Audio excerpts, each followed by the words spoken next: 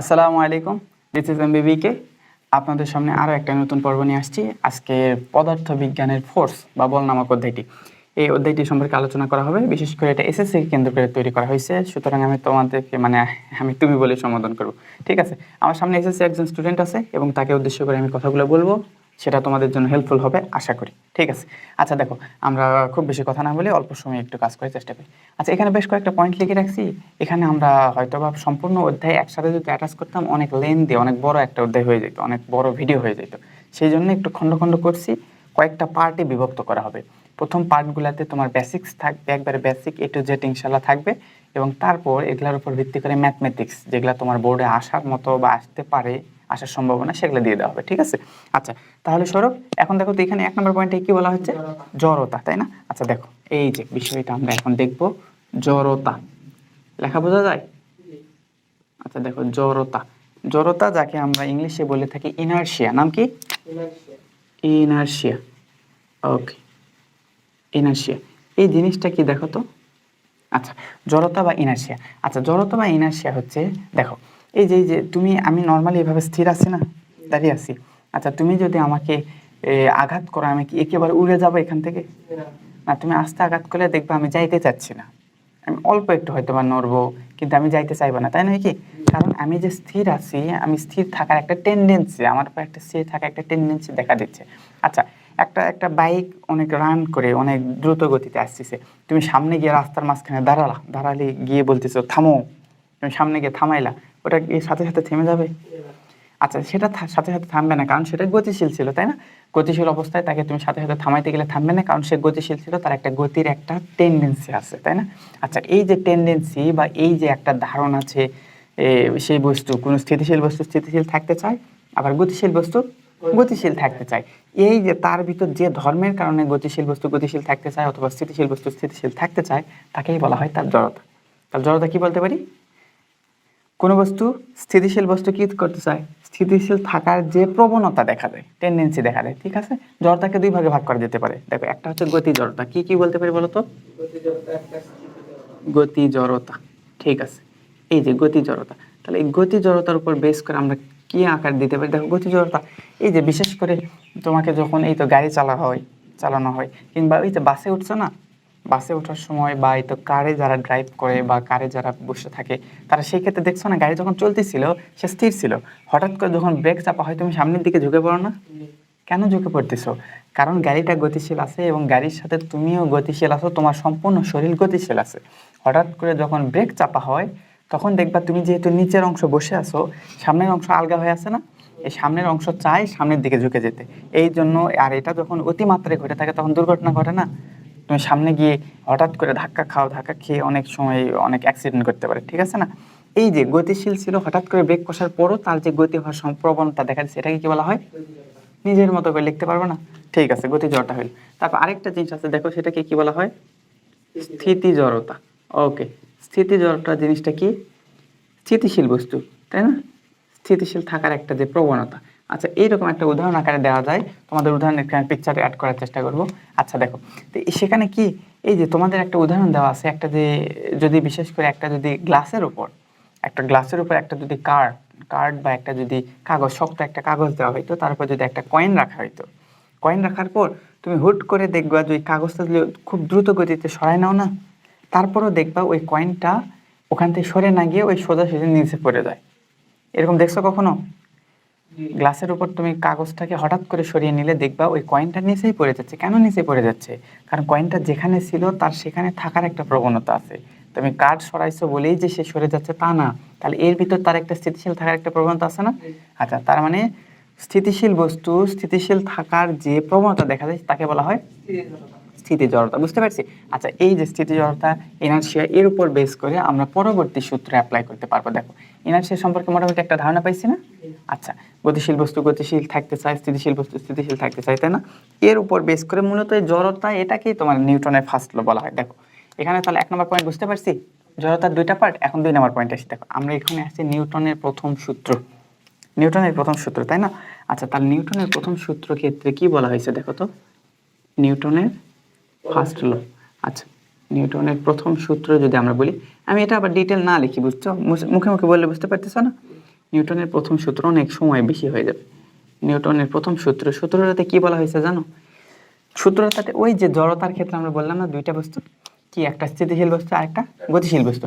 এখানে বলা হয়েছে নিউটন এভাবে গবেষণা করে বেশ কিছু বিষয়ের উপর পর্যবেক্ষণ করে দেখতে পাইছে যে কোনো বস্তু যে স্থিতিশীল ছিল না, স্থিতিশীল বস্তু আজীবন স্থিতিশীল থাকতে চায়, তাই নয় কি? স্থিতিশীল বস্তু আজীবন স্থিতিশীল। কোনো যদি বাহ্যিক বল প্রয়োগ না করো, বাহ্যিক বল প্রয়োগ, তার মানে এখানে কি যাচ্ছে?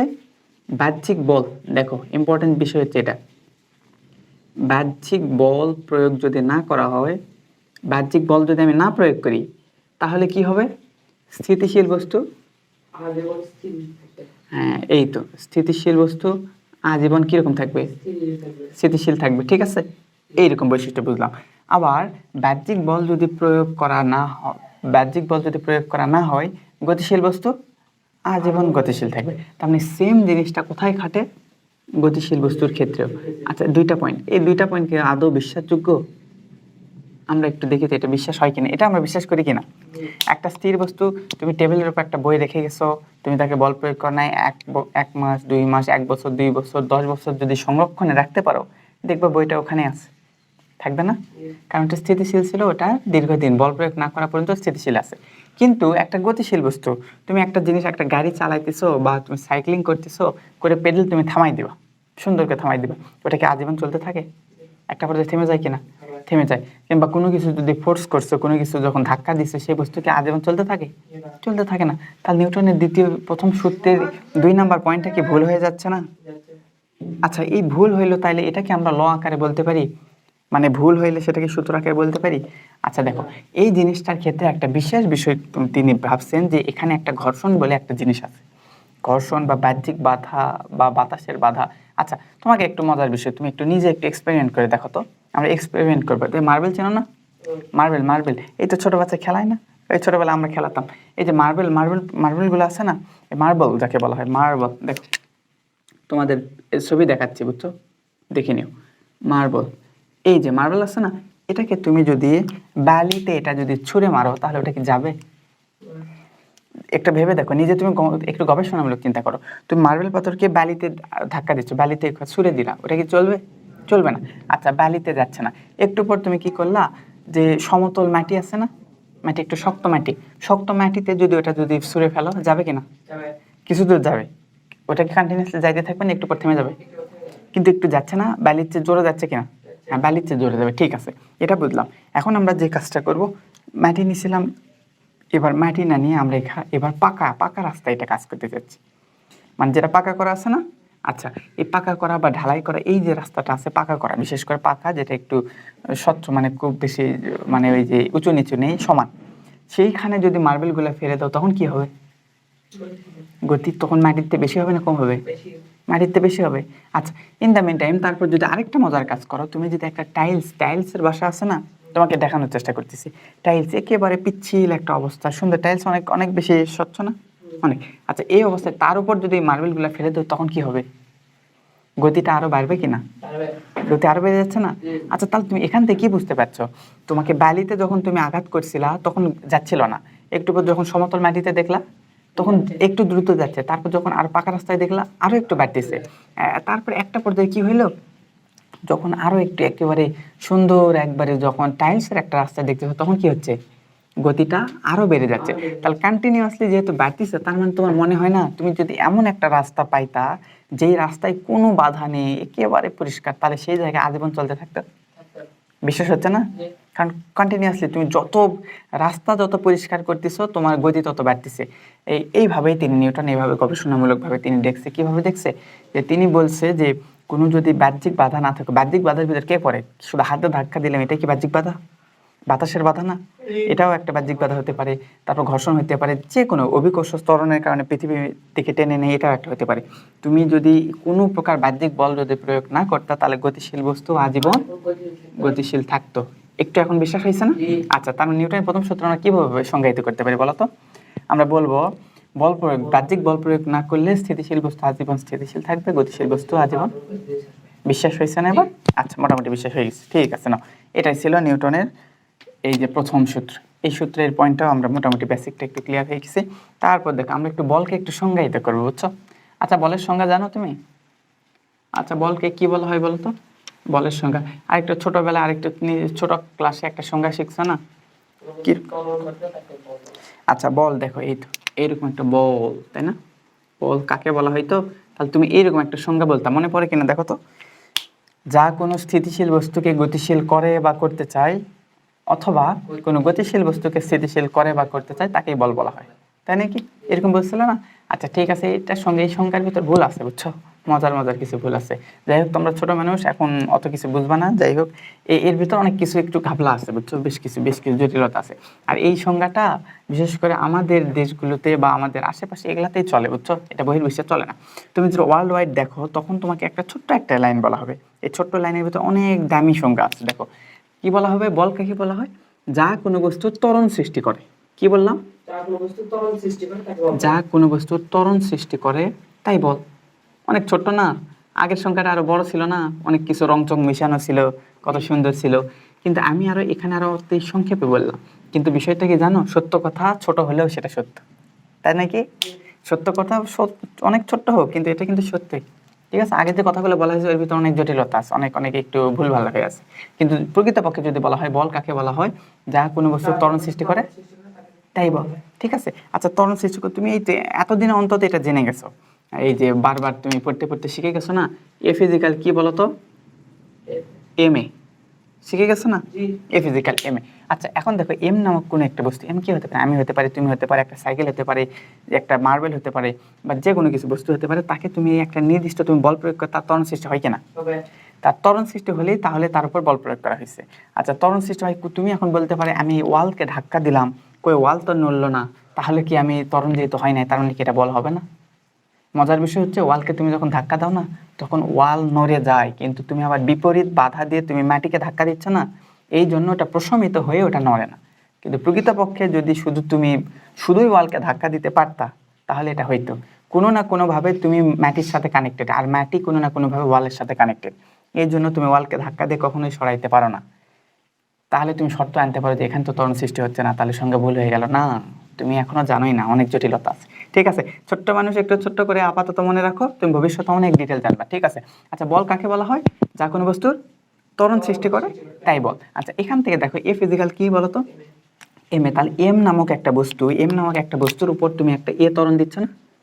আচ্ছা এ ত্বরণ সৃষ্টি যখন হবে তখন তাকে বলা হবে বল। ঠিক আছে, আচ্ছা আরেকটা সংজ্ঞা বলা যায় যা কোনো বস্তুর ভরবেগের পরিবর্তন করে। কি বলতো? আচ্ছা আরেকটা সংজ্ঞা বললাম, সেটা কি? ভরবেগের পরিবর্তন। আচ্ছা দেখো ভরবেগ বুঝি,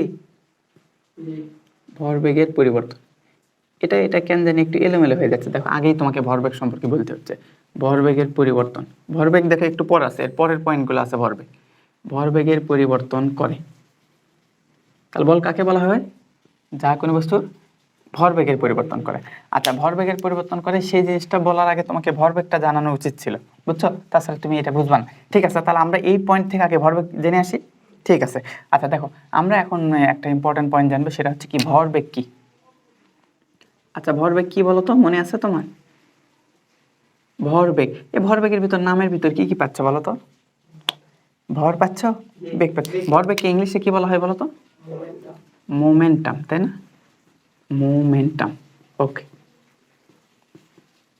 এই যে ভরবেগ বা মোমেন্টাম, ভরবেগ মানে কি দেখো ভর ইন্টু বেগ, তাই না? আচ্ছা দেখো তাহলে ভরবেগকে বলা হয় ভর ইন্টু কি বলতো? বেগ। বেগ, ওকে ঠিক আছে। ভরকে কি দ্বারা প্রকাশ করা হয়? এম দ্বারা প্রকাশ করা হয় না? এম মাস, তাই না? মাস, মাস মানে ভর, ইন্টু ভিতে কি?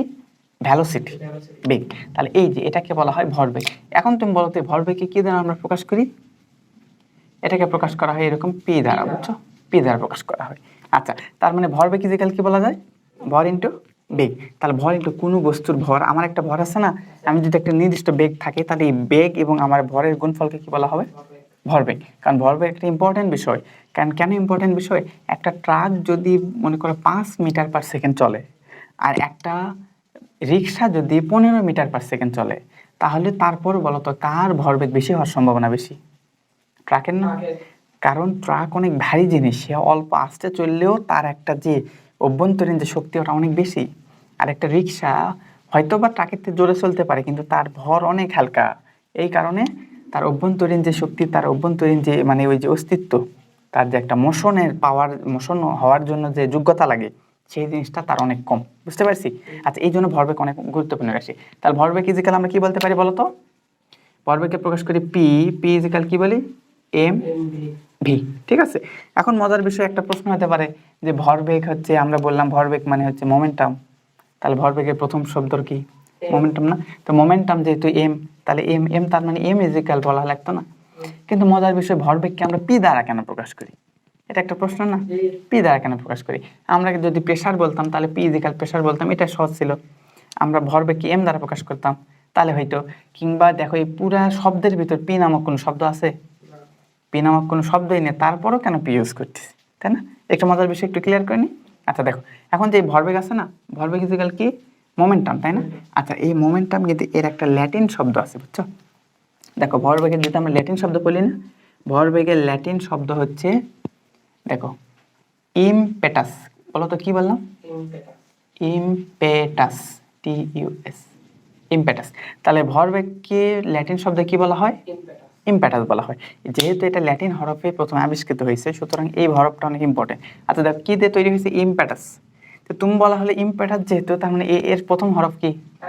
আই না? তাহলে ভরবেগকে তো আই দ্বারা প্রকাশ করা উচিত ছিল। কিন্তু মজার বিষয় হচ্ছে এই যে আইটা আছে না, আই দ্বারা অলরেডি তখন একটা জিনিস রাশি ছিল, আই ইজিক্যাল ছিল হচ্ছে তড়িৎ প্রবাহ। মনে পড়ে? আই। তাহলে এই আই দ্বারা অলরেডি একটা রাশি আছেই, কি সেটা বলো তো? তড়িৎ প্রবাহকে আই দ্বারা প্রকাশ করা হয়। আবার যদি আমি আই লিখি তাহলে জিনিসটা বাজে হয়ে যাবে না? একটা জিনিস। আচ্ছা, এম দিতে পারি দ্বিতীয় হরফ। দ্বিতীয় হরফ এম যে দিছো না, এম থেকে আবার ম্যাস, ভর, অলরেডি একটা রাশি আছে। এই অবস্থায় এই পি নামক কোনো রাশি ছিল না, বুঝছো? তো এই জন্য এই যে ইমপ্যাটাসের 3 নম্বর হরফ কি নেওয়া হয়েছে? পি। এই পি থেকে পি কে প্রকাশ করা হয়েছে ভরবেগের প্রতীক হিসেবে, পি ইজিক্যাল এম ভি। বুঝতে পারছি? তার মানে এটা ভরবেগের ইংরেজি কি? মোমেন্টাম, কিন্তু ভরবেগের ল্যাটিন কি? ইমপ্যাটাস। সেই ইমপ্যাটাসের আই থেকে হচ্ছে তড়িৎ প্রবাহ, আই নিতে পারলাম না। এম থেকে হচ্ছে ভর, ম্যাস, সেটাও নিতে পারলাম না। বাধ্য হয়ে কোনটা নিছি? পি। এটা নেওয়ার পর এটা যেহেতু প্রচলন হয়ে গেছে, সুতরাং আমরা আজ পর্যন্ত ওই হরফটাই ব্যবহার করে থাকি, বুঝছো? P is equal MV. বুঝতে পারছি? আচ্ছা, তাহলে ভরবেগ আমরা বুঝতে পারছি তো না? তাহলে ভরবেগ, ভর ইন্টু বেগের, তাহলে ভরবেগ কাকে বলবো? ভর ইন্টু বেগের গুণফলকে বলা হয় ভরবেগ। ঠিক আছে, বুঝতে পারছি তো না? আচ্ছা, এতটুকু যদি বুঝে থাকে তাহলে এর এককটা তুমি বের করতে পারবে না? এককটা কি? ভরের একক কি বলো তো? কেজি। কেজি না? কেজি। আর বেগের একক কি? Metre per second. তার মানে টোটাল কি হইলো? KG metre per second. এটাকে তুমি যদি মাত্রার দ্বারা প্রকাশ করতে, মাত্রা এককে, তাহলে কেজিকে কি দ্বারা প্রকাশ করবে বলো তো? কেজি, ভর এম, ক্যাপিটাল এম, তাই না? ক্যাপিটাল এম, মাত্রা। ঠিক আছে, ভরকে তারপর হইতে এম, এম দ্বারা মিটার, মিটার মানে কি দ্বারা প্রকাশ করো? দৈর্ঘ্য না? বলো। এখানে ইংলিশে বড় হাতের এল লিখবো। আর এই তো সেকেন্ড, সেকেন্ড, সেকেন্ড সময় না? সময়কে কি দ্বারা প্রকাশ করা হয়? টি দ্বারা প্রকাশ করা হয়। তাহলে এখন যদি তোমাকে যদি বলা হয় ভরবেগ পি এর মাত্রা, তার মানে পি লিখে থার্ড ব্র্যাকেট ইউজ করা হয় না? মাত্রা ক্ষেত্রে এটা ইউজ করা, তখন কিভাবে লিখবা? এম এল ভাগ টি। এটাকে যদি একসাথে লেখো তখন কি লিখবা? এম এল, যেহেতু নিচে থাকলে উপর মাইনাস পাওয়ার হয়ে যায় না? -1। বুঝতে পারছি? এই যে, তাহলে আমরা অলরেডি ভরবেগ বুঝে গেছি কিনা? আচ্ছা, তাহলে ভরবেগ ইজিক্যাল এমভি, এমভি। তাহলে এই সেটাকে সংক্ষেপে প্রকাশ করা হয় পি দ্বারা। ঠিক আছে, তাহলে আমার ভরবেগের আলোচনা মোটামুটি ক্লিয়ার না? আচ্ছা, ভরবেগ আমি বুঝে গেছি। এই যে এখন নিউটনের প্রথম সূত্রের ক্ষেত্রে, নিউটনের প্রথম সূত্রের পরবর্তীতে যে বলের যে সংজ্ঞা দিতে আসছি, ওখানে গিয়ে আমাদের বলের প্রয়োজন হয়েছিল। এই জন্য বইয়ের সিকোয়েন্স একটু উল্টাপাল্টা আছে, বুঝছো? আগে এটা দিছে, পরে এটা দিছে। যাই হোক, এখন দেখো আমরা এটা যেহেতু আমরা বুঝে গেছি, এখন আমরা ভরবেগের মাধ্যমে সংজ্ঞা দিতে পারবো। তাহলে বল কাকে বলছিলাম? যা কোনো বস্তু ত্বরণ সৃষ্টি করতে পারে তাই হচ্ছে বল। আরেকটা সংজ্ঞা কি ছিল? যা কোনো বস্তুর ভরবেগের পরিবর্তন করে। আচ্ছা, ভরবেগের পরিবর্তন মানে কি বলতো? ভরবেগের পরিবর্তন মানে কি? আচ্ছা, ভরবেগের পরিবর্তন করতে পারে। আচ্ছা, ভরবেগের পরিবর্তন সময়ের সাথে ভরবেগের পরিবর্তন যদি করতে পারে তাহলে কি হবে? সেটাকে আমরা লিখতে পারি ভরবেগ মানে কি? পি না?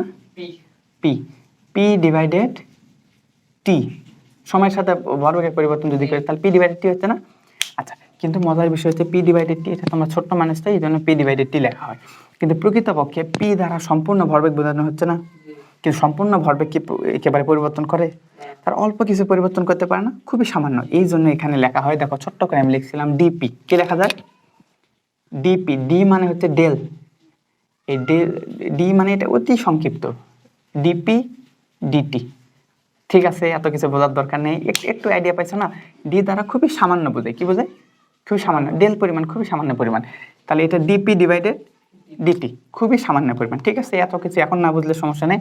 এটা বিশেষ করে যখন তোমরা ওই যে অন্তরীকরণ যোগজীকরণ করবে না, ইন্টিগ্রেশন, তারপর ডিফারেন্সিয়েশন, এখন তোমরা এটা ছোট মানুষ, এখন এত কিছু দরকার নেই।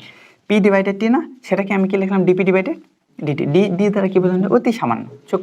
আচ্ছা, এবার বুঝতে পারছি। এখন তুমি দেখো, তাহলে ডিপি ডিভাইডেড টি, এটা না লিখে আমি তোমার মতো করে সহজ করে লিখলাম, পি ডিভাইডেড কি লিখলাম? টি লিখলাম। এখন পি মানে কি বলো তো? পি মানে কি? পি মানে এমভি না?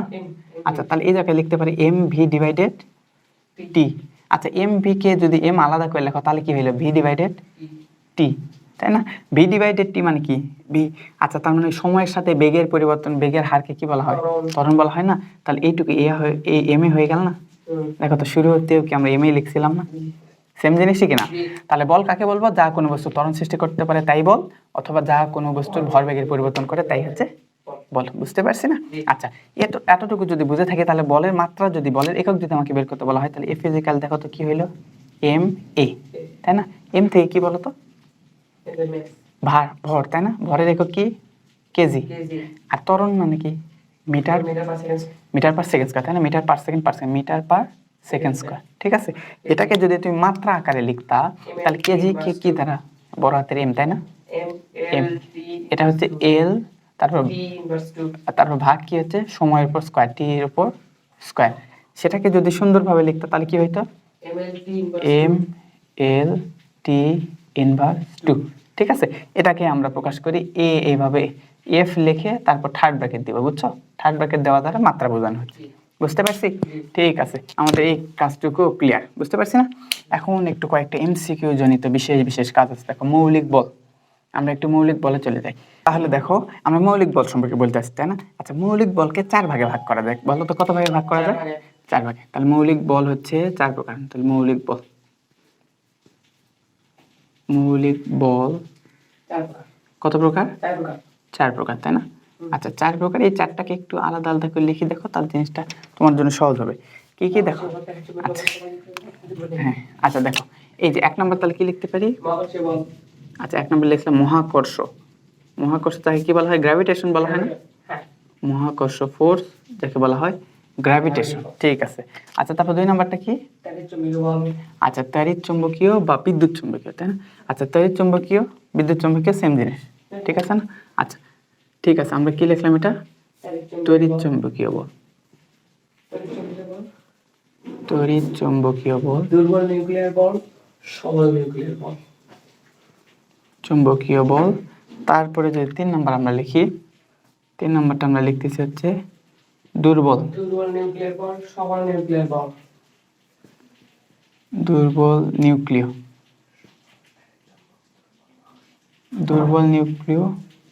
আচ্ছা, নিউক্লিয় বা ও দিলে হয়ে যাচ্ছে। দুর্বল নিউক্লিয় বল। আরেকটা কি? সবল। 4 নাম্বারটা কই লিখে তার নিচে লিখে না? 4 নাম্বারটা এই বরাবর লিখলাম, দেখো দেখা যায় তো না? জি। 4 নাম্বার হচ্ছে সবল নিউক্লিয় বল। সবল নিউক্লিয় বল। ওকে, এই যে আমাদের কাজ হয়ে গেছে। এখন দেখো, মহাকর্ষ বল তাহলে কাকে বলা হয়? নর্মাল যদি বলা হয়, আচ্ছা, মহাকর্ষ বল জিনিসটা কি দেখো তো? পৃথিবী বা যে কোনো গ্রহ উপগ্রহ মহাবিশ্বে অবস্থিত দুটি বস্তু পরস্পরকে যে বল দ্বারা আকর্ষণ করে তাকে কি বলা হয়? মহাকর্ষ বল। এই মহাকর্ষ বলটা এটা হচ্ছে এই যে পুরা মহাবিশ্বকে কেন্দ্র করে, তাই না? আচ্ছা, মহাবিশ্বকে কেন্দ্র করে যে মহাকর্ষ বলটা আছে, যদি বলা হয় এই মহাকর্ষ বলটা আসলে কতটুকু শক্তিশালী, এটা খুব বেশি শক্তিশালী না দুর্বল? দুর্বল না শক্তিশালী, সেটা আমরা আস্তে আস্তে দেখতে পাবো, তাই না? আচ্ছা, ঠিক আছে, আমরা একটু ব্যাখ্যা করে দেখবো। ঠিক আছে, এই যে মহাকর্ষ বলটা আছে, এই মহাকর্ষ বলের যদি বলা হয় মহাকর্ষ বল আসলে কিসের মাধ্যমে আদান প্রদান হয়, যদি বলা হয় কিসের মাধ্যমে আদান প্রদান হয়, তাহলে আমরা এখানে একটা বস্তু উল্লেখ করতে পারি। দেখো, মহাকর্ষ বল আদান প্রদান হয়েছে। আর তোমাকে আদান প্রদানের আগে তোমাকে জানতে হবে মহাকর্ষ বলের দূরত্ব, মানে কত পরিসীমা পর্যন্ত কাজ করে, কতটুকু এটা কাজ করে বলো তো?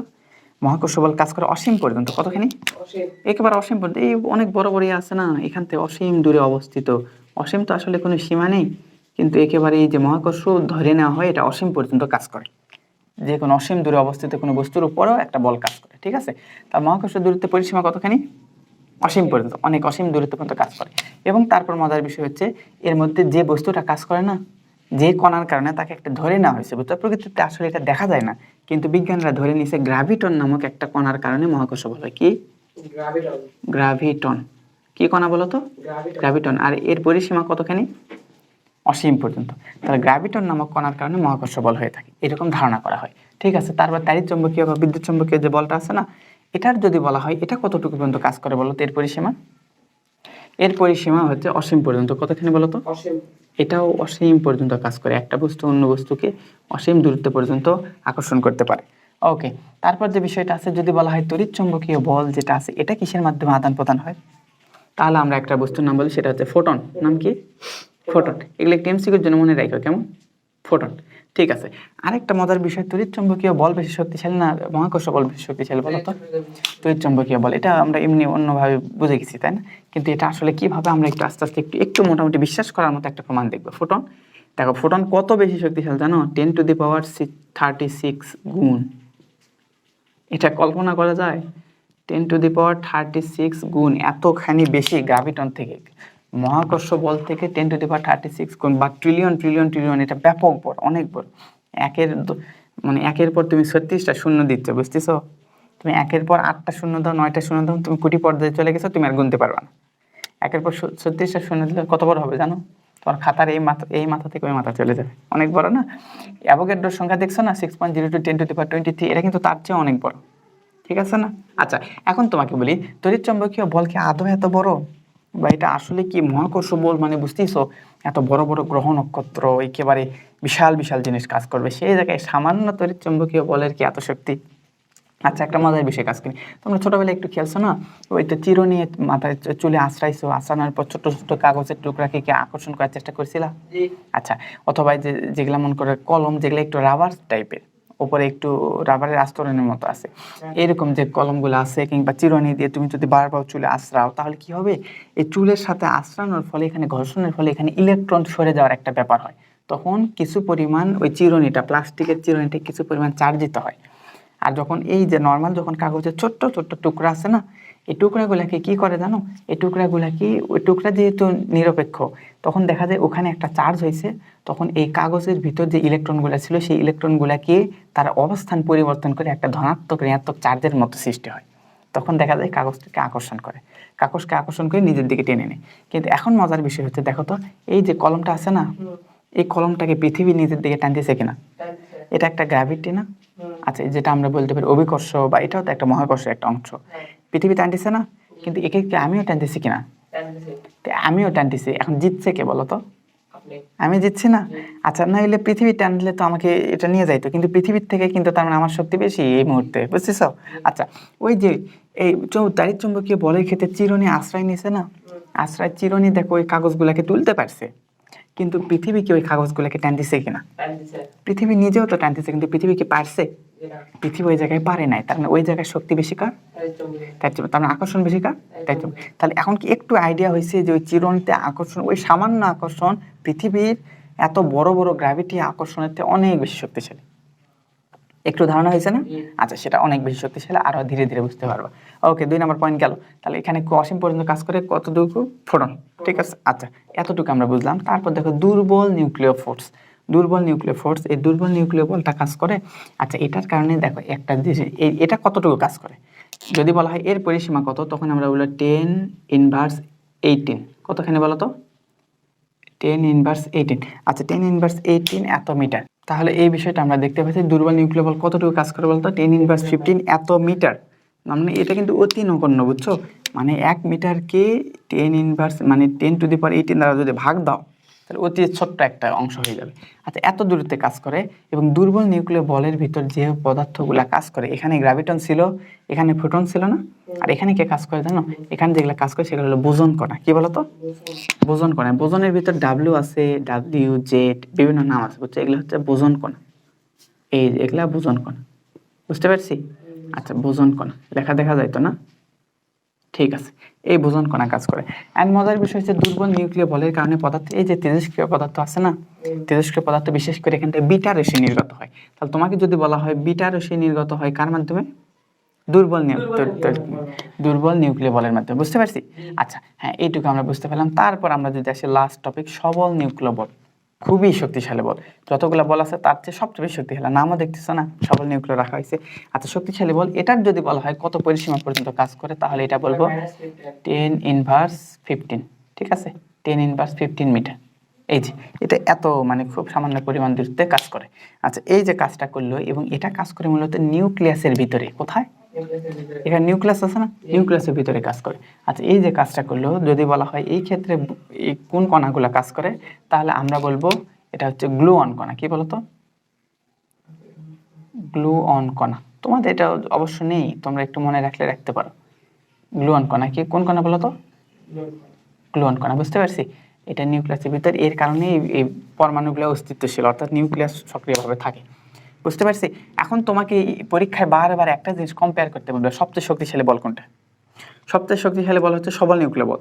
তার চেয়ে যদি দুর্বল বলা হয়, কোনটা বলবা? দুর্বল বলতে পারে, কিন্তু দুর্বলের থেকে তাড়িৎচুম্বকীয় 100 গুণ বেশি শক্তিশালী। কারণ দুর্বল থেকে তাড়িৎচুম্বক কত গুণ বেশি? 100 গুণ বেশি শক্তিশালী, বুঝছো? আচ্ছা এই জন্য তার মানে সবচেয়ে বেশি শক্তিশালী কে? সবল। তার চেয়ে কম কে? তাড়িৎচুম্বক। তার চেয়ে দুর্বল, তার চেয়ে। এতটুকু কি মনে আছে? ঠিক আছে, ওই লাস্ট একটা লাইনটা একটু লিখি। ওই লাইনটার উপর তোমার অনেক কিছু ডিপেন্ড করতেছে, বারবার এমসিকিউতে এই প্রশ্নগুলো পাবা।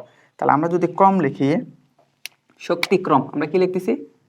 শক্তিক্রম বা আকর্ষণ, যে শক্তি ক্ষমতা আছে না, সেটা আমরা লিখতে চাচ্ছি। দেখো শক্তিক্রম লেখা বোঝা যাইতো না? শক্তিক্রম, শক্তিক্রম যদি আমরা দেখতাম, সবচেয়ে বেশি শক্তিশালী কে? সবল। সবচেয়ে বেশি শক্তিশালী সবল নিউক্লিয় বল। তার যে দুর্বল কে? তার যে দুর্বল সেটা হচ্ছে তাড়িৎচুম্বকীয় বল। তাড়িৎচুম্বকীয় বল। তার যে দুর্বল কে? দুর্বল নিউক্লিয় বল, বুঝছো? তার চেয়ে দুর্বল কে? মহাকর্ষ। তার মানে এই যে মহাকর্ষ, এই কিন্তু সবচাইতে দুর্বল বল, বুঝছো? অতি সামান্য বল। ঠিক আছে, এই পয়েন্টগুলো মনে রাখো। এর পাশাপাশি আরো অনেক তথ্য দেওয়া যাইতো, বুঝছো? কিন্তু তোমরা এসএসসি লেভেলের এইটুকু তথ্য হলেই হয়ে যাবে, আর বেশি দিলে তোমাদের জন্য বোঝা হয়ে যাবে, বুঝছো? অহেতুক মনে রাখা লাগবে। এতটুকু বুঝতে পারছি তো না? ঠিক আছে, এতটুকু বুঝতে পারলে আমাদের মৌলিক বলের কাজটা শেষ। তারপর দেখো সাম্যতা রিলেটেড একটা কাজ আছে, ছোট্ট একটা কাজ। আচ্ছা সাম্যতা জিনিসটা কি? এই যে তোমাদের এই যে পেন্ডুলাম দেখছো না, ঘড়ির পেন্ডুলাম, ঘড়ির পেন্ডুলাম দেখো বাম থেকে ডানে যায়, ডান থেকে বামে যায় না? এই অবস্থায় মাঝ পর্যায়ে একটা থাকে, দেখছো? আচ্ছা তোমাকে ছবিতে দেখানোর চেষ্টা করতেছি। এই মাঝ পর্যায়ে যখন থাকে, তখন তাকে বলা হয় সাম্যাবস্থা। কি এরকম চিত্রটা মনে পড়ছে না? এই তো তোমাকে এইরকম একটা সুতা দিয়ে এখানে ঘুরে, আবার এখান থেকে এখানে আসে, আবার এখান থেকে এখানে আসে, তাই না? এই মাঝ পর্যায়ে যখন ছিল, এটা কি কোনো দিকে দুলে ছিল? স্থির যখন ছিল, তখন তাকে বলা হয় সাম্য অবস্থা। আর যখন এই বামে গেছিল, তখন ডানে যাওয়ার প্রবণতা ছিল, ডানে গেছিল বামে যাওয়ার প্রবণতা ছিল। এই অবস্থায় তখন তাকে বলা হয় অসাম্যতা। তাহলে একটা হচ্ছে সাম্যতা, আর একটা হচ্ছে অসাম্যতা, বুঝছি? একটা হচ্ছে ব্যালেন্স, একটা হচ্ছে আনব্যালেন্সড। ঠিক আছে, এই যে পয়েন্ট আছে। তারপরে একটা তোমাদের বই একটা উদাহরণ দেওয়ার চেষ্টা করছে, যে কোনো বস্তু একটা মনে করো শক্ত একটা বই নিছো, একটা ভারী একটা বই নিছো, একটা ভারী একটা বই নিছো, এবং বইকে সুতা দিয়ে বাঁধছো, বুঝছো? বাঁধার পর দুই দিকে দুইজন টানতেছ, তাহলে তুমি কখনোই এই দড়িটাকে সোজা করতে পারবে না। যত ফোর্স দিয়ে টানো, কখনো কখনো দেখবে নিচে একটু হলেও সে নিচের দিকে একটু বাঁকা হয়ে আছে। কেন বাঁকা হয়ে থাকবে বলো তো? এই পাশে তুমি এ নামক তোমার একটা বন্ধু টানতেছে, এই পাশে বি নামক একটা তোমার বন্ধু টানতেছে, দুইজন বল প্রয়োগ করতেছে না? কিন্তু এইদিকে কি গ্র্যাভিটি, পৃথিবীকে আকর্ষণ করতেছে কিনা? তার একটা বল আছে না? এই তিনটা বল মিলে একটা সাম্যাবস্থা তৈরি হবে কিনা? সাম্যাবস্থা যখন তৈরি হয়, তখন এ আর বি টেনে কি সম্পূর্ণ উপরে উঠাইতে পারবে না? কারণ জিরো একটা টান আছে, এই জন্য এটা একটু একটু বাঁকানো থাকবে, বুঝতে পারছো? একটা উদাহরণ দিয়ে বোঝানোর চেষ্টা করছে। সাম্যতা গেল। অ্যান্ড লাস্ট টপিক, মানে এই পার্টের লাস্ট টপিক, সংঘর্ষ। অনেক ইম্পর্টেন্ট জিনিস, এখান থেকে তোমাদের একটু ডিটেইল শেখানো হবে। দেখো সংঘর্ষ, বুঝতে পারছি? আচ্ছা এটা একটু একটু ধৈর্য ধরো। এটা এই সংঘর্ষ, এতক্ষণ যা শিখলাম তার চেয়ে তোমাদের পরীক্ষার জন্য বেশি ইম্পর্টেন্ট হচ্ছে সংঘর্ষ অংশটি। আচ্ছা সংঘর্ষকে ইংলিশে বলা হয় কলিশন। কি বলা হয় বলো তো? সংঘর্ষ। সংঘর্ষকে বলা হয় কলিশন। কলিশন, ওকে। এই যে সংঘর্ষ জিনিসটা কি, সংঘর্ষকে যদি সংজ্ঞায়িত করো না, আচ্ছা সংঘর্ষ কি হয় বলো তো? এটাও কি বল প্রয়োগ করে না? এটাও বল প্রয়োগ করে, কিন্তু বল প্রয়োগ করে এটা একটা বল, একটা সংঘর্ষ কখন হয় জানো? এখানে অতি অল্প সময় অনেক বেশি বল প্রয়োগ হয় কিনা? একেবারে খুব সামান্য সময় হঠাৎ করে যে ধাক্কা লাগলো, তখনই সংঘর্ষ হয় না? হ্যাঁ, একটা বাসের সাথে ট্রাক, খুবই অল্প সময়ে যখন ধাক্কা লাগে, তখন তাকে বলা হয় সংঘর্ষ। তাহলে সংঘর্ষ কি বলবো? অতি সামান্য সময়, অতি অল্প সময়ে খুব বেশি বল প্রয়োগ করা হলে তাকে বলা হবে সংঘর্ষ, বুঝতে পারছি? এখন সংঘর্ষের উপর ভিত্তি করে দুইটা রাশি আছে। সংঘর্ষের ক্ষেত্রে বিশেষ করে ভরবেগের সংরক্ষণশীলতা মেনে চলে, বুঝছো? ভরবেগের সংরক্ষণশীলতা। তো এখন ভরবেগ মানে কি, সংঘর্ষ হলে ভরবেগ সবসময় সংরক্ষিত থাকে। তাহলে সংঘর্ষ হলে কে সংরক্ষিত থাকে বলতো? ভরবেগ। ভরবেগ মানে কি বলতো? ভর এবং বেগের গুণফল। তাহলে ভরবেগ সংরক্ষিত থাকে, বুঝছো? সংঘর্ষ হলে কে সংরক্ষিত থাকে? ভরবেগ সংরক্ষিত থাকে। ঠিক আছে, আচ্ছা, সংরক্ষিত থাকে, সংরক্ষিত থাকে, ঠিক আছে। আচ্ছা, এই পয়েন্টটা তোমাকে যদি বোঝানো হয়, দেখো দুইটা বস্তু নেওয়া হলো, এ নামক একটা বস্তু, বি নামক একটা বস্তু। দুইটা বস্তু, এ নামক একটা বস্তু যখন বি নামক একটা বস্তুকে আঘাত করবে, এ যখন প্রাথমিক অবস্থায় ছিল, এর একটা m1 একটা ভর ছিল কিনা? এর একটা নির্দিষ্ট একটা আদিবেগ ছিল না? কি বলি, u1 বলি না? বি নামক একটা বস্তু, এর একটা নির্দিষ্ট একটা ভর ছিল কিনা? m2। এর একটা নির্দিষ্ট একটা বেগ ছিল না? তাকে আদিবেগ বললাম u2। এরা পরস্পরকে সংঘর্ষ হইল, সংঘর্ষ হওয়ার পর কি হবে দেখো তো? সংঘর্ষ হওয়ার পর হয়তো বা এর বেগ একটু বেড়ে যাবে, বির বেগ একটু কমে যাবে, তাই হবে না? ঠিক আছে, তখন কি বির কি ভর একটা একটা সেম ভরটাই থাকবে না? তখন এই যে এ যে ছিল, বি যে ছিল, মনে করে এ ছিল এটা, এটা ছিল এ, এটা ছিল বি, এটা ছিল এ, এটা ছিল বি। এখন যে সংঘর্ষ হওয়ার পর এ নামক যে বস্তুটা ছিল, তার ভর কি m1ই থাকবে না? m1 ভর থাকবে, কিন্তু ওই বেগটাকে আগের মতো থাকবে না, পরিবর্তন হয়ে যাবে। পরিবর্তন হয়ে তখন তাকে শেষ বেগ বলতে পারি না? তখন তাকে বলা হয় v1। আর এই যে বস্তুটা যখন থাকবে, এ এই দিকে পিছনের দিকে গেল, এ একটু সামনের দিকে গেল, এর ভরটা কি বলতো? m2 ভর, কিন্তু এর বেগটা আগের মতো থাকবে না, পরিবর্তন হবে, তখন তাকে বলবো v2। এই টোটালি এখন তোমাকে বলা হয়েছে ভরবেগ সংরক্ষিত থাকে। তার অর্থ কি জানো? এই অবস্থায় তার মোট ভরবেগ আর এই অবস্থায় মোট ভরবেগ সবসময় সেম থাকবে। সেখান থেকে কি বলতে পারি দেখো, সূত্রটা এরকম হইতে পারে, একটা সমীকরণ তৈরি করতে পারি। দেখো, m1 into u1 plus m2 into u2, এই দুটা কার সমান হবে জানো? m1 into v1 plus m2 into v2। বুঝতে পারছি? এটা সবসময় সমান হবে। এটাকেই বলা হয় ভরবেগের সংরক্ষণ সূত্র। এখান থেকে তোমাকে যদি এই সমীকরণ থেকে একটা সমীকরণ পাইছি না, এখান থেকে কখনো যদি তোমাকে m1 নামক একটা বস্তুর ভর বলে দেয়, m1 এর ভর বলে দিচ্ছে মনে করো 5 কেজি, কত বলে দিলাম? m1 5 KG. তারপর মনে করে u1 এর মনে করো বেগ বলে দিছে হচ্ছে 2 মিটার পার সেকেন্ড। তারপর হচ্ছে মনে করে m2 বলে দিলাম হচ্ছে 10 কেজি। কত বলছি? 10 কেজি। আবার u2 বলে দিছিলাম মনে করে হচ্ছে 1 মিটার পার সেকেন্ড।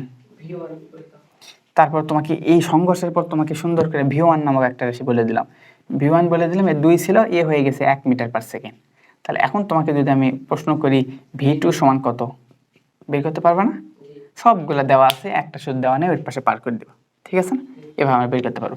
কিন্তু মজার বিষয় এই এত ছোট প্রশ্ন করে না, বুঝছি? এমসিকিউ তো ছোটখাটো প্রশ্ন করতে পারে, কিন্তু এর চেয়ে একটু বড় প্রশ্ন করে। এতটুকু বুঝতে পারছি না? এতটুকু বুঝতে পারছি। এখন আরেকটা দেখো, আরেকটা আমরা তো শক্তি নিয়ে এখনো পরিচিত হই নাই, তাই না? শক্তি নামক রাশির সাথে পরিচিত হই না, কিন্তু এখানে একটা শক্তির একটা কাজ আছে। শক্তি হচ্ছে পরের চ্যাপ্টারে, বুঝছো? কিন্তু এখানে যেহেতু একটা কাজ আছে, সেই কাজের সাথে আমরা শক্তি নামক একটা রাশি আনতেছি। দেখো, শক্তি নামক একটা রাশি আনতেছি, শক্তির ক্ষেত্রেও এরকম সংরক্ষণশীলতা মেনটেন করে। তার শক্তির ক্ষেত্রেও যদি হয়, দুইটা বস্তুর একটা নির্দিষ্ট ভর থাকবে কিনা, একটা আদি তার শক্তি থাকবে না, আদি বেগ থাকবে, সেই জন্য আদি একটা শক্তি তৈরি হবে। আচ্ছা, তোমরা এটা কি কখনো পরিচিত হয়েছো এরকম একটা সমীকরণের সাথে? শক্তি প্রকাশের ক্ষেত্রে বলা হয় হাফ mv²। কখনো দেখছো না? এটা কেমনে আসছে, কি আসছে, এই মুহূর্তে তোমাকে জানাতে পারলাম না, আমি দুঃখিত, কারণ তোমার বইয়ের সিকোয়েন্সটা একটু এলোমেলো, বুঝছো? তোমাকে আগে এটা জানানো লাগতো, তারপরে এটা আলোচনা করা লাগতো, কিন্তু এই মুহূর্তে না জানিয়ে এটা আবার পরের চ্যাপ্টারে আছে, বুঝছো? পরে তোমাদের কাজ ক্ষমতা আছে না, ওই চ্যাপ্টারে আছে। তো ওই চ্যাপ্টারে এটা যখন আলোচনা করা আছে, কিন্তু এই মুহূর্তে তোমাকে জানতে হচ্ছে, তুমি বাধ্য হয় একটু ক্ষমার দৃষ্টিতে দেখো। ইনশাল্লাহ যখন ওই চ্যাপ্টারে যাবো তখন এটা ডিটেল বুঝাবো, ঠিক আছে? আচ্ছা, আপাতত একটু মেনে নাও। তাহলে এটা যখন হাফ mv² আছে, ভি মানে কি, বেগ না? আচ্ছা, যখন কোনো বস্তু প্রাথমিক অবস্থায় ছিল তখন তার আদি বেগ ছিল না? আর একটা সংঘর্ষের পর কি হতে পারে, শেষ বেগ। আচ্ছা, এরকম এও যদি সেম ভাবে সংঘর্ষ করে, তাহলে এরও ওই রকম আদি বেগ শেষ বেগ থাকবে কিনা? থাকবে। তাহলে তার আদি বেগকে আমরা কি বলতে পারি, u1, আর শেষ বেগকে বলতে পারি v1। আর দুইটা বস্তু যদি হয়, দ্বিতীয় বস্তুর ক্ষেত্রে আদি বেগ হবে আর শেষ বেগ হবে v2। ঠিক আছে, তার ক্ষেত্রে আমরা দুই সমীকরণ লিখতাম, এরকম হইতো না? দেখো তো, হাফ m1, তাই না? Half m1 u1² plus half m2 u2²। এই দুটার সমষ্টি কার সমান? Half m1 v1 square. এখন এটা শেষ হবে না? G plus plus half m1 m2 v2 square. v2 square. বুঝতে পারছি? এটার আদি অবস্থা এটা সব সময় সেম হবে। ঠিক আছে, এটুকু পাইছি না? এটা আমরা দ্বিতীয় সমীকরণ বলতে পারি। তাহলে আগে একটা সমীকরণ পাইছিলাম না? জি এটা কয় নম্বর সমীকরণ পাইলাম? 2 নাম্বার। 2 নম্বর সমীকরণ পাইলাম। এখন দেখো এই দুইটা সমীকরণে আমরা অ্যাডজাস্ট করে একটা কাজ বের করব। দুইটা সমীকরণ মিলে আমরা ওই v1 এবং v2 বের করার একটা প্রচেষ্টা করতেছি। এখন তাহলে দেখো এটা যখন সমান, সব জায়গায় হাফ আছে কিনা? আছে তাহলে এই উভয় পক্ষতে হাফ কমন নিয়ে এই উভয় পক্ষতে হাফ কমন নিয়ে এটা কেটে দিতে পারি না? এই আচ্ছা, কেটে যদি দিতাম তাহলে এটা কিরকম হইতো বলো তো? তাহলে এটা জিনিসটা এরকম হয়ে যাইতো না? m1 m1 u1 square plus m2 m2 u2 square is equal m1 v1 v1 square m2 v2 square. Plus m2 v2 square. তাই হইতো না বলো? হ্যাঁ, এই যে অংশটুকু হইতো, তাহলে এটাকে যদি একটা সমীকরণ আকারে লিখতাম অ্যান্ড আগের একটা সমীকরণ ছিল না? আচ্ছা, তাহলে এটাকে একটু আমরা সহজ করি। সহজ করে আমরা কি কাজ করতে চাচ্ছি? যতগুলা m ছিল না, m1 ছিল, m1 কে এক পাশে রাখবো, m2 কে এক পাশে রাখবো। দেখো m1 কোথায় কোথায় আছে? এইবারে এখানে একটা m1 আছে, এখানে একটা m1 আছে। তাহলে দুইটা m1 কে এক পাশে রাখি, তাহলে কিরকম হবে বলো তো? তাহলে এখান থেকে আমরা বলতে পারি m1 কমন নিলাম, তাহলে এখানে পাবো হচ্ছে u1 স্কয়ার u1 স্কয়ার। আর এখানে v1 ছিল না, এটা তখন এই পাশে আসলে কি মাইনাস হয়ে যাবে না? মাইনাস হয়ে গেলে তখন কি হয়ে যাবে? Minus 1 v1 square.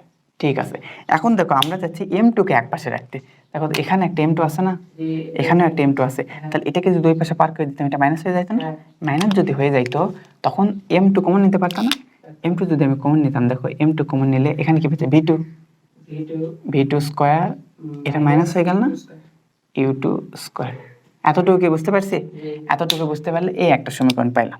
ওকে, আচ্ছা, এই একটা সমীকরণকে আমরা একটু সুন্দর করে একটু এটাকে একটু বাধাই করে রেখে দিই। দেখো এটাকে একটু সুন্দর করে বাধাই করে রেখে দিলাম, আর উপর অংশগুলো একটু মিশাই দিই। আচ্ছা, মিশাই দিই। এবং একটু আগে একটা সমীকরণ লিখছিলাম, ওটা কি আর একটু দরকার, বুঝছো? ওকে একটু ফিরিয়ে আনি, দাঁড়াও। ওকে একটু আমরা পূর্বের জায়গায় একটু ফিরিয়ে আনি, তাহলে আমাদের কাজ করা একটু সহজ হয়ে যাবে। দেখো ওখানে কি ছিল বলো তো? মনে পড়ে কি? ওখানে এরকম ছিল না? m1 u1 plus m2 u2 is equal ছিল m1 v1 plus m2 v2। এরকম ছিল না? হ্যাঁ, এরকম ছিল। এখন সেম ভাবে ওখানেও আমরা m1 কে কমন নিতে যাচ্ছি। তাহলে ওখানেও যদি m1 কে কমন নিতাম তাহলে কি হইতো? m1 কমন নিলে এখানে কি থাকতো? u1, এটাও এই পাশে চলে আসতো না? মাইনাস v1 হয়ে যাইতো না? v1। এবং m2 কে যদি কমন নিতাম, m2 কে যদি কমন নিতাম এখানে হয়তো v2, এটা মাইনাস হয়ে যেত না? u2। বুঝতে পারছি? আচ্ছা, এখন এই যে দুইটা সমীকরণ পেলাম না, এই দুইটাকে আমরা একটু বাধাই করে রেখে দিলাম। দেখো বাধাই করে রেখে দিয়ে এটাকে একটা সমীকরণ, এটা একটা সমীকরণ উল্লেখ করলাম। মনে করি এটাকে আমি বললাম হচ্ছে 3 নাম্বার সমীকরণ, এটাকে আমি বলতেছি 4 নাম্বার সমীকরণ। ঠিক আছে, এই দুটা নিয়ে আমরা এখন কাজ করবো। দেখো এই দুটা নিয়ে আমরা কি করতে চাচ্ছি জানো? আমরা চাচ্ছি v1 বের করতে আর v2 বের করতে। কোন দুইটা উদ্দেশ্য? v1 এবং v2 যদি বের করতে চাই তাহলে আমার এমন একটা সমীকরণ লাগবে সেখানে শুধু v1 থাকবে, v2 থাকা যাবে? কারণ v1ও জানি না, v2ও জানি না, কিন্তু আমার দরকার শুধু v1 জানা, আমার দরকার শুধু v2 জানা। এইরকম যদি আমরা কখনো কন্ডিশন চাইতাম, হয়তো বা যে কোনো v1 রাখতে হবে অথবা v2 রাখতে হবে। পজিশনটা বুঝতে পারছি? শুধু v1 রাখতে হবে, শুধু v2 রাখতে হবে। এখন সেটা যদি করি, এই দুইটা সমীকরণে আমরা কোনো কিছু করতে পারি কিনা দেখো। এইখানে m1, এখানে m1 আছে না, এখানে m2 m2 আছে না? তা আমরা যদি এটাকে এটা দ্বারা ভাগ দিতাম তাহলে একটু রাস্তা একটু ক্লিয়ার হয়ে যাইতো না? কি হয়ে যেত? একটু সহজ হয়ে যেত না? দেখো তো, তাহলে এই যে জিনিসটা আমরা কি করলাম দেখো, 3 নাম্বার সমীকরণ আছে না? 3 নাম্বার সমীকরণ ভাগ দিচ্ছি কয় নাম্বার? 4 নাম্বারটা। এটা কি এটা দ্বারা ভাগ যদি দিতাম তাহলে দেখো তো এটা কি আছে? m1 কাটা যাইতো কিনা? কাটা যাইতো। এখন তুমি বলতো এর ভিতর কি আছে? u1 square. আচ্ছা, তোমরা কি গণিতের সূত্র পড়ছিলা ম্যাথের ক্ষেত্রে? এরকম সূত্র দেখো তো পড়ছিলা কিনা কখনো, মনে পড়ে? a square minus b square equal কি ছিল? a plus b into a minus b। এটা কেমনে আসছে, কি আসছে, এটা যখন পরে আলোচনা করব না তখন একটু বুঝাই দেবা, ঠিক আছে? আচ্ছা, আপাতত একটু মনে রাখো। তাহলে a square minus b square, তার মানে কি a plus b into a minus b। তার মানে এটা a plus b into a minus b হইলে এটাকে তুমি এভাবে বলতে পারতা না যে u1 plus plus v1 v1 into u1 minus u1 minus v1, তাই বলতে পারতাম না? জি, তাই। সেম ভাবে এটাকেও বলতে পারতাম না? এটার ক্ষেত্রেও কি বলতে পারতাম দেখো তো, v2 v2 plus u2 into কি বলতে পারতাম, v2 মাইনাস u2, তাই বলতে পারতাম কিনা? এখন দেখো উভয় পক্ষতে mm কেটে দিতে পারতাম না? ভাগ দিচ্ছি কিন্তু, এটা কি এটা দ্বারা ভাগ দিচ্ছি, তাহলে এই m1 এই m1 কেটে গেল, এই m2 m2 কেটে গেল, ঠিক আছে। এখন এখানে কি ছিল দেখো, u1 প্লাস v1 এখানে ছিল u1 মাইনাস, তাহলে এখানে আমরা কোনটা কোনটা কেটে দিতে পারি, মাইনাস এই যে u1 মাইনাস v1 এখানেও আছে u1 মাইনাস v1, এখানে কি কি ছিল v2 প্লাস u2 আর v2 মাইনাস u2, এখানে v2 মাইনাস u2 এখানেও আছে v2 মাইনাস u2, ঠিক আছে। আমি একটু লেখার সুবিধার্থে এখানে আবার লিখলাম না, বুঝছো, এখান থেকে কেটে দিলাম, বুঝতে পারছো তো না? এত কাটাকাটি করে আমরা ফাইনালি কি পাইলাম বলো তো, দেখো এই ফাইনালি এখানে যেটা পাইলাম একটু এলোমেলো হয়ে যাচ্ছে, বুঝছো, একটু জায়গার অসুবিধার কারণে এখানে আমরা শুধু উপরের অংশটুকু পাবো না, আমরা কি পাবো দেখো তো, u1 প্লাস v1 সমান কত পাবো, v2 plus u2 v2 plus u2 u2, তাই পাবো কিনা? আবার এতক্ষণ কাটাকাটি করে এতটুকু বুঝছি, জি এতটুকু যদি বুঝে থাকি তাহলে আমরা একটু এই রাস্তাটা একটু ক্লিয়ার করি, এগুলো একটু মিশাই দিই। আচ্ছা এটা একটু মিশাই দিই, দেখো এটা একটু মিশাই দিই, এই সমীকরণটাকে আমরা একটু সংরক্ষণে রেখে দিই, তাহলে বাকি কাজ করা সহজ হয়ে যাবে। দেখো এতটুকু বুঝতে পারছি তো না? এখন আমরা কি চাচ্ছি বলো তো, শুধু কি বের করতে যাচ্ছি, v1 v1 বের করতে যাচ্ছি অথবা শুধু v2 বের করতে, যদি আমি v1 বের করতে চাই তার মানে সেই সমীকরণে v2 থাকা যাবে, না যদি v2 বের করতে চাই সেই সমীকরণে v1 থাকা যাবে, তাহলে আমরা এখান থেকে একটা কাজ করে শুধু v1 এর মান বের করব, সেটা এখানে গিয়ে বসাবো, তখন v1 এর মান একটার মান আউট হয়ে যাবে, আরেক মান অটোমেটিক থেকে যাবে, বুঝতে পারছি? দেখো আমরা কি করতে চাচ্ছি, দেখো এখানে আমরা একটা কাজ করতে পারতেছি, সেখানে কি শুধু v1 এর মান যদি আমি চাই তাহলে কি হবে দেখো তো, v1 ইজিক্যাল কি হবে, এটা ওই পাশে মাইনাস হয়ে যাবে না, তাহলে কি হলো v2 plus u2 minus u1, এটা একটা পাইলাম। আবার আমি যদি এখান থেকে v2 চাইতাম তাহলে কি হইতো, v2 যদি চাইতাম তাহলে কি হইতো, এখানে v2 আছে না, u1 plus এটা এখানে মাইনাস হয়ে যাইতো কিনা, তাহলে এটা ছিল দেখো u1 plus v1 minus u2, তাই হইতো কিনা? দেখো দুইটা নতুন নতুন v1 এবং v2 যে দুইটা একটা সমীকরণ পেয়ে গেছি কিনা, এটা একটা পাইছি, আরেকটা কোনটা পাইছি, উপরে একটা, বুঝতে পারছি? এই যে দুইটা পারলাম না, একটু মূল্যবান একটা জিনিস পাইছি। এখন দেখো এই v1 এর জিনিসটা যখন এই v1 এর জায়গায় বসাই দিব, এই v2 এর জিনিসটা যখন এই v2 এর জায়গায় বসাই দিব, তখন এই v1 যখন বসাই দিব, দেখো এর ভিতর কি v1 আছে, শুধু v2 আছে না, তখন এর সম্মিলিতভাবে v2 এর একটা মান পাবো কিনা, আর এখানে যখন v2 বসাই দিব তখন এই v2 তে এখানে বসাইলে v2 এর ভিতর কি v1 আছে, v2 এর ভিতর v2 নেই, এর ভিতর শুধু v1 আছে, তখন v1 এর একটা মান পাবো কিনা, এই যে আমরা v1 এবং v2 এর মান পাচ্ছি। এই প্রসেসটা তোমাদের বইয়ে কিন্তু দেওয়া নাই, বুঝছো, তোমাদের বইয়ে একবার হুট করে দুইটা সূত্র দিছে না, বলছে v1 সমান এত, v2 সমান এত, কেমনে কি আসছে তোমরা কিচ্ছু জানো না, তোমরা মুখস্থ করো। তো আমি চাচ্ছি মুখস্থ না করে জিনিসটা একটু বুঝে করার চেষ্টা করো, ঠিক আছে? তাহলে দেখো একটাকে দুইটাকে যদি দুইটা সমীকরণ বলতাম, এটাকে মনে করে এটাকে মনে করে বলছি হচ্ছে কয় নাম্বার 4, এটাকে বললাম 5 নাম্বার, এটাকে বললাম 6 নাম্বার, ঠিক আছে। এখন এই 5 নাম্বার জিনিসটা যদি এখানে বসাই দিই তাহলে কি হবে দেখো তো, এখানে যদি বসাই দিতাম তাহলে কি হইতো, তাহলে যে জিনিসটা হইতো, যেই যেই জায়গায় শুধুমাত্র v1 আছে সেই জায়গায় এটা বসিয়ে দেবো, ঠিক আছে। দেখো এইটুকু সেম আছে না, m1 u1 plus m2 u2 সমান m1, এই যে v1 এর জায়গায় কি হবে, এই জায়গায় হবে v2 plus u2 minus u1, তাই কিনা? আর প্লাস তো নিচের অংশটুকু আছেই, প্লাস m2 v2, ঠিক আছে না? এখন আমরা যে কাজটা করবো যা আছে তাই, দেখো আমরা একটু এটা ক্যালকুলেশন করে দিই, দেখো m1 u1 plus m2 u2, তাই না? আচ্ছা ঠিক আছে, আর এখানে কি হয়ে গেল, m1 v2 plus m1 u2 minus m1 u1, ঠিক আছে। তারপর কি থাকলো m2 v2, দেখো সব জায়গায় এখন তো আমার দরকার কি, শুধু v2 এর মান দরকার না, কই কই v2 আছে দেখো তো, এই সমীকরণে v2 আছে, এখানে v2 আছে, তাই আমার দরকার কি v2, তাহলে v2টাকে কমন নিতে পারি না, আচ্ছা তাহলে কমন নেব, তাহলে এখানে যা আছে থাক না, এরা যা আছে তেমন থাক, কি আছে এখানে m1 u1 plus m2 u2, আর এখানে কি পাইলাম, আমরা তো শুধু কমন নিতে চাচ্ছি, আচ্ছা শুধু এখানে কি কমন নিতে চাচ্ছি, এই দুটো কমন নিতে চাচ্ছি না, তাহলে এই দুটাতে একটু পার করে দিই পাশে, অত দরকার নেই, তাহলে মাইনাস এবং m1 u2, আর এটাকে কমন পার করে দেবো, তাহলে এটা প্লাস হয়ে যাবে, তাই না? G plus m1 E1 e1 is equal ওই পাশে কি থাকলো, শুধু এই দুটো থাকলো না, জি। ওই দুটাতে আমি কি কমন নিতে চাচ্ছি, v2 কমন নিতে চাচ্ছি, v2 যদি আমি কমন নিতাম তাহলে থাকলো কে, m1 plus plus M2 m2, বুঝতে পারছি? জি এই যে আমরা একটা মোটামুটি একটা ভালো পর্যায়ে চলে আসছি। এখন আসার পর এখন আমরা যে কাজটা করতে পারি দেখো তো, এখানে কি আছে m1 e1, এখানে দেখো কি আছে m1 e1, দুইটা m1 e1 হয়ে গেছে না? আচ্ছা এখানে কি আছে দেখো তো, M2 m2 u2 M1 E1 m1 e1। আচ্ছা দেখো এখন আমরা যে কাজটা আমরা করতে চাচ্ছি সেটা দেখো।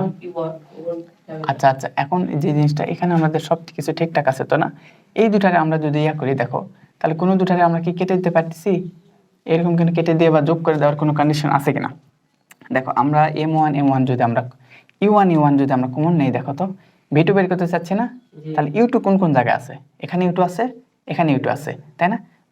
দুই জায়গাতে আমরা যদি u2 কমন নিতাম তাহলে কি হইতো দেখো তো, আমাদের প্রসেসটা দেখো, আমরা কি কমন নিতে চাচ্ছি, u2 কমন নিতে চাচ্ছি, এখানে u2 আছে, এখানে u2 আছে, একটু কাজটা একটু সহজ হয়ে যাবে না, ছোট হয়ে যাবে।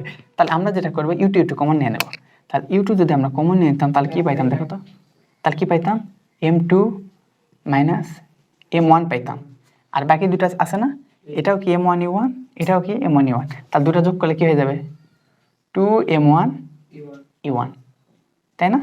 ঠিক আছে। আর এই পাশে কি ছিল, v2 এর সাথে m1 প্লাস m2, এটা কি অবস্থায় ছিল, গুণ অবস্থায় ছিল, এই পাশে গেলে কি হয়ে যাবে, ভাগ হয়ে যাবে না বলো, ভাগ হয়ে গেলে কি হবে, নিচে হবে m1 plus m2 is equal, আমরা ফলাফল কি পাচ্ছি বলো তো, শুধু v2 পাচ্ছি কিনা, এই যে একটা নতুন একটা সুন্দর একটা সমীকরণ পেয়ে গেলাম।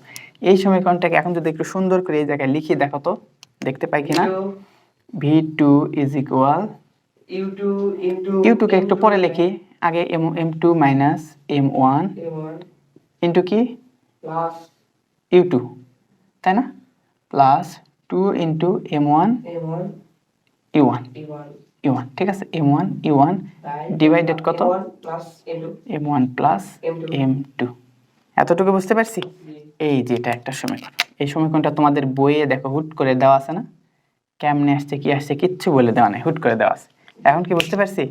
আচ্ছা এখানে তার মানে কি ছিল দেখো তো, v2 ইজিক্যাল ছিল m2 minus m1 into u2 plus 2 into m1 u1 divided m1 plus m2, বুঝতে পারছি? এইবার এই যে v2 এর জায়গায় এতক্ষণ এটা বসাইছিলাম না, এখন v2 যদি এই জায়গায় বসাই দিই তাহলে নতুন একটা সমীকরণ পাবো না, ওটা একটু বের করি, ওটা একটু বের করলে সেম প্রসেসে পাবো, ওটা একটু বের করে দেখি, ঠিক আছে? আচ্ছা দেখো এই জায়গায় সেম জায়গায় আবার বসাতে, আচ্ছা এই জায়গা দেখো একটু কাজটা একটু লেন্দি হয়ে যাচ্ছে, কিন্তু এটা তোমাদের জন্য হেল্পফুল হবে, বুঝছো? এটা তোমাদের বইয়ে কিন্তু দেওয়া নাই, বুঝছো? বইয়ের প্রতিপাদন মোটেও দেওয়া নেই, এমনিতে হুটহাট করে লিখছে, তো আমরা একটু হুটহাট করে না লিখে জিনিসটা একটু বের করার চেষ্টা করি। এবার কি করতেছি, v2 জায়গায় বসাও, দেখি v2 কই ছিল, ওই পাশে। এখন তাহলে এগুলো একটু লিখে তাদের লেখার চেষ্টা করি, ঠিক আছে? m1 u1 plus m2 u2 is equal m1 v1 plus m2 into এই v2 জায়গায় কি বসাবো, এটা u1 plus v1 minus u2, ঠিক আছে, দেখা যায়? আচ্ছা ঠিক আছে, এখন যেটা করবো দেখো এই পরের অংশটুকুকে আমরা কি চাচ্ছি, এবার পুরোটা গুণ করে দেবো, তাই না? আচ্ছা পুরোটা গুণ এখানেই গুণ করে দিই তাহলে একটু সহজ হয়, তাই না? পুরোটা যদি গুণ করে এই জায়গায় আমরা যদি এটা লিখতে পারতাম না, plus m2 u1 plus m2 v1 plus minus, তাই না, মাইনাস m2 u2, তাহলে এটার পরিবর্তে এটা লিখতে পারতেছি না, হ্যাঁ তাহলে ওটা একটু মিশিয়ে দিই, তাহলে এক লাইন আমার শর্ট হবে, বুঝছো? আবার এক লাইন লিখতে হবে, এই হইলো কিনা? আচ্ছা তোমরা খাতায় উঠাই নিতে পারবা, এতটুকু হইলো। আমাদের এখন দরকার কি বলতো, v1 দরকার না, v1 কই আছে, এখানে একটা v1 আছে, এখানে একটা v1, দুই v1 কমন নেব, তাহলে দুই v1 কমন নিলে বাদ বাকিগুলো এই পাশে পার করে দিই, তাহলে এখানে কি কি থাকলো দেখো তো, m1 u1 plus m2 u2 minus এটা পার করে দেবো, মাইনাস m2 u1 এটাকে পার করে দিলে প্লাস m2 u2, আর থাকলো কি, এই দুটো থাকলো না, ওই দুটো আমি কি কমন নিতে পারতেছি, v1 কমন নিতে পারতেছি, v1 কমন নিলে m1 প্লাস m2, এই যে এখন যে কাজটা আমরা করব, এখন দেখো তো কোনটা কোনটা আমরা কোন কোন জায়গায় u1 কোন কোন জায়গায় আছে, এখানে u1 আছে, এখানে u1 আছে, u1 যদি কমন নেই তাহলে কি হয় দেখো তো, তাহলে সুন্দর করে আমরা দুই জায়গাতে u1 আমরা কমন নিলাম, তাহলে এখানে পাবো কি m1 মাইনাস m2, এই দুটার কাজ হয়ে গেছে না, বাকি থাকলো কি m2 u2 তারপর প্লাস 2 ইন্টু M2 ইউটু U2 আর নিচে কি ছিল এটা কোন এটাকে যদি ভাগ করে দিতাম তাহলে কি হইতো M1 M1 Maina plus plus M2 is equal কত V1 হইতো না জি তাহলে এখন তুমি দেখো তো V1 এর সুন্দর একটা সমীকরণ পাইছি কিনা কিরকম সমীকরণ পাইছি সেটা একটু লিখি দেখো আমরা পাইছি V1 তাই না সেম এইরকম দেখো V1 ইজ ইকুয়াল কি পাইছিলাম একটু সাদাই লিখি শুরুতে এটা লিখি M1 minus M2 M2 into into V E1 plus plus 2 into M2 U2 divided কত বলো তো M1 plus M1 plus M2 M2 এই যে আমরা বুঝতে পারছি কেন এই যে দেখো এই যে মহামূল্যবান একটা দুইটা সমীকরণ পেয়ে গেছি এই সমীকরণটা তোমাদের বইয়ে একেবারে হুট করে দেওয়া আছে বুঝছো কোনো কিছু না বলে জাস্ট ওই যে এখানে এখানে আনছিল দুইটাকে ইয়ে করে একবার এখানে আনছে কিন্তু এর ভিতর যে এত কাহিনী আছে বই দেওয়া ছিল মোটেও দেওয়া ছিল না আমরা এখন ক্লিয়ার হয়েছি না এখন তুমি এই দুইটা সমীকরণ জাস্ট মনে রাখবা দেখো V1 ইজ ইকুয়াল কি M1 minus M2 into U1 plus 2M1 U2 divided M1 plus M2 এখানে কি হবে V2 ইজ ইকুয়াল কি হবে M2 minus M1 into U2 plus 2M1 U1 divided M1 এই দুইটা সমীকরণে তোমার কি বলা হবে জানো দুইটা বস্তু সংঘর্ষ ঘটবে অনেক কিছু হবে হওয়ার পর হুট করে তোমাকে বলবে যে প্রথম বস্তুর শেষ বেগ কত আচ্ছা প্রথম বস্তুর শেষ বেগ বলবে কিন্তু দ্বিতীয় বস্তু দেওয়া থাকবে না যদি দ্বিতীয় বস্তুর বলা থাকে তুমি তো এটা দিয়ে পারতা জি তাই না কিন্তু এবার দ্বিতীয় বস্তুর দেওয়া থাকবে না শুধু যদি প্রথম বস্তুর বলে চাই এবং দ্বিতীয় বস্তু না দেয় তখন এই সূত্রে অ্যাপ্লাই করতে পারবে না জি এখানে দ্বিতীয় বস্তুর কোনো শেষ বেগ আছে দেনা শুধু V1 আছে এখানে শুধু V2 আছে তাহলে শুধু V1 এবং V2 ছেলে বের করতে পারবো কিনা ঠিক আছে এই জিনিসটা একটু মাথায় রেখো এই জিনিসটা তোমাদের বইয়ে নিয়ে খাতায় সুন্দর করে উঠাই নিয়ে বইয়ের যেই পাতা এটা আছে না ওখানে একটু স্ট্যাপল দিয়ে বা আঠা দিয়ে সুন্দর করে লেগে দিও ঠিক আছে জি। আচ্ছা তাহলে এইটুকুই থাক অনেক লেন্দি একটা ভিডিও হয়ে গেছে তোমরা কাজ করো ঠিক আছে তাহলে দেখা হবে পরের কোনো ভিডিওতে ইনশাল্লাহ ততদিন থাকো এবং সেকেন্ড পার্ট পরের পার্টগুলো আসবে সেগুলাতে তোমাদের আরও ডিটেল বলা হবে ঠিক আছে আসসালামু আলাইকুম